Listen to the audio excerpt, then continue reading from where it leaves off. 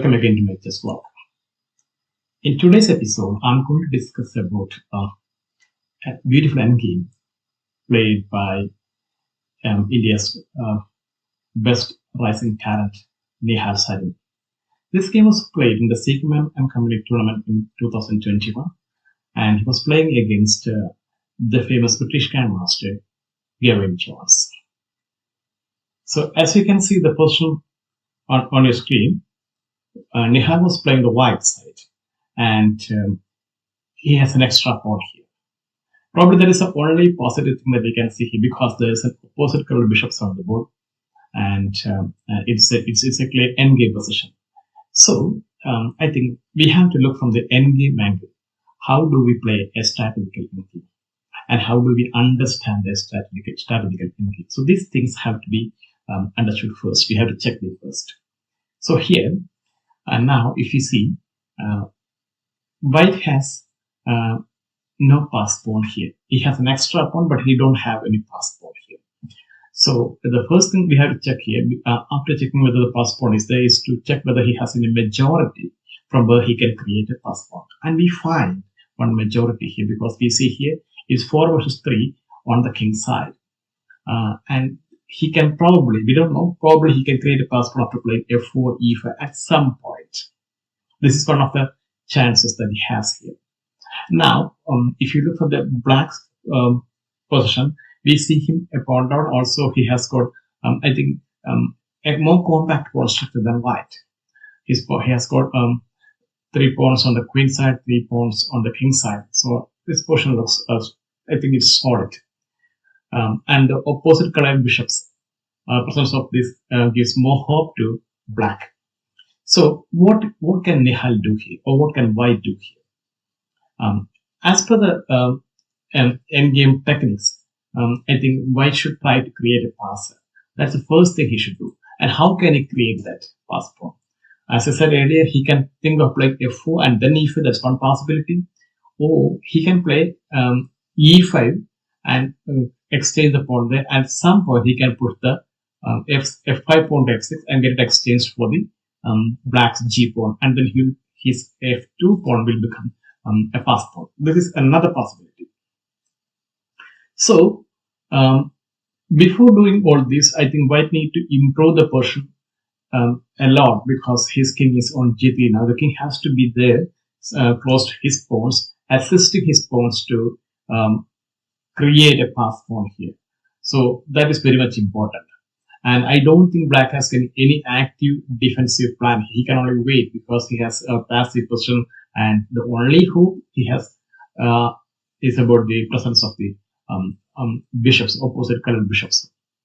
Now white accordingly played king f4. His idea is very clear: try to advance pawns later and create a pass pawn. So after king f4, rook f7 is played. Now here Nihal played a4. What is the point behind this move, a4? Well, a4 is played to destroy or dismantle the black's healthy pawn structure on the queen side. At some point, he'll play a5 and try to get an exchange of the pawn from the queen side. We'll see that after a4, black played rook c7, black is simply waiting for white to do something.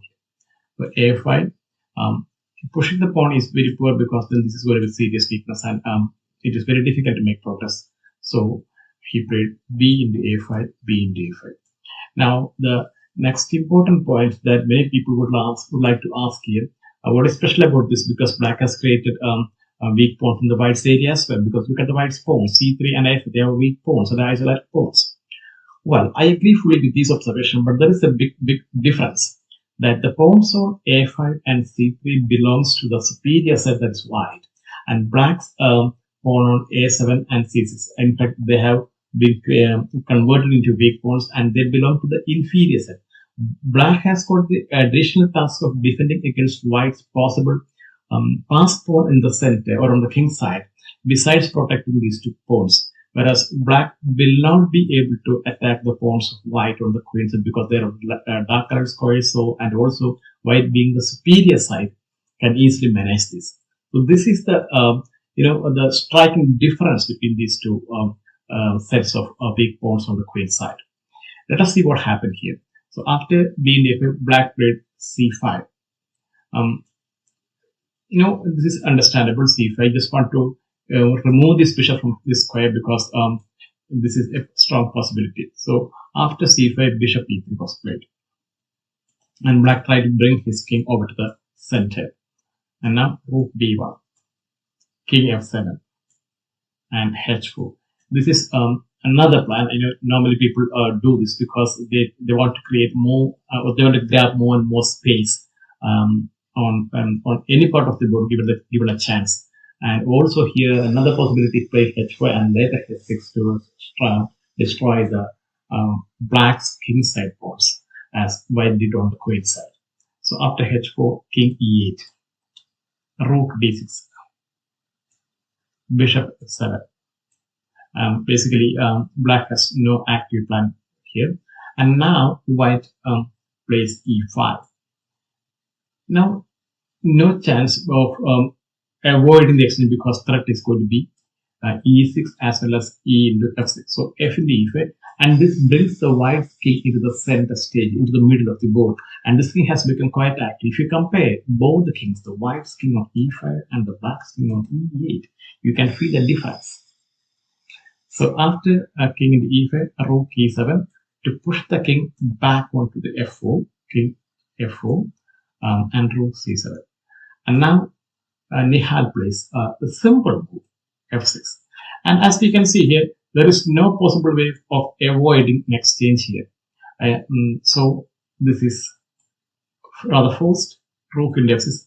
And now we see the first pawn being created on the f2. So white has got a lot of time. He can slowly play here, can slowly push this pawn forward with the help of the king and the rook. This pawn is going to create some problems in the black's position. In the end game, this is easily possible. So after rook f6, bishop c4. As I said earlier, black is really passive here. He's just waiting for white to do something here. So I feel at this point, white has got two options. He can either play king e5, and then idea is to play king d6. That's one possibility. Or rook h6, postpone this idea and attack this pawn and paralyze the black's position even further. And he have played here rook h6. And now I think a6 is a possibility, but it's not going to change the proceedings a lot here. But black played bishop d3, trying to protect the h7 pawn. And now king e5. Threat is obviously king d6. And now bishop b5. The point of this move is very simple. If you play king d6, then rook c6 is check, and exchange of the rooks, and he will play c4. That means there will be opposite colored bishops left on the board. That is going to give black a lot of hopes. However, he has simply avoided this and he played king d5. Now c4. This only move. Bishop d4. Actually, he could have played f4 here, but I didn't go for that. I think he has got a lot of time on his side. Rook f7, bishop f6, cutting off the rook from this pawn. So after bishop f6, king d7, f4, king e8, black has no way of making progress here. After king e8, bishop e5. I think even if he plays a6, this is I think a possibly better option. After a6, then the king will come back here and will try to support this pawn in its forward march. So a6 was not played. Gawain Jones played king d8. Now a6. This is another interesting point. Now this move fixes this weakness here and also deprives blacks of any meaningful way to protect this bishop in case king comes to c5. That is very interesting now. This is a very, very nice move a6, and now this a7 pawn is a permanent target. Besides, weakening the queen side of position of black in a big way. So after a6, rook d7, king c5, bishop a4, and here we see the first capture. The c4 pawn is closed, And now this provides white with two pass pawns. And now I think it's almost winning, totally winning here after king c4, bishop d1, um, king b4, bishop e2, c4, king e8, rook c6, rook d1. It's only a matter of time. Rook c8, and as you know, it is clearly winning. Rook c7 check now, and after king e6, he took another pawn. Now we have three pass pawns for white, and it is totally winning. Black played on for a few more moves before resigning. So this is um, a very nice game by when you played by Nihal Sarin here, and he employed simple techniques, endgame techniques to square root point. So I hope you enjoyed this beautiful endgame played by the talented Indian youngster. Um, with this, I wind up this simple video. I hope to meet you in the next video with another theme. Till then, bye. Thank you.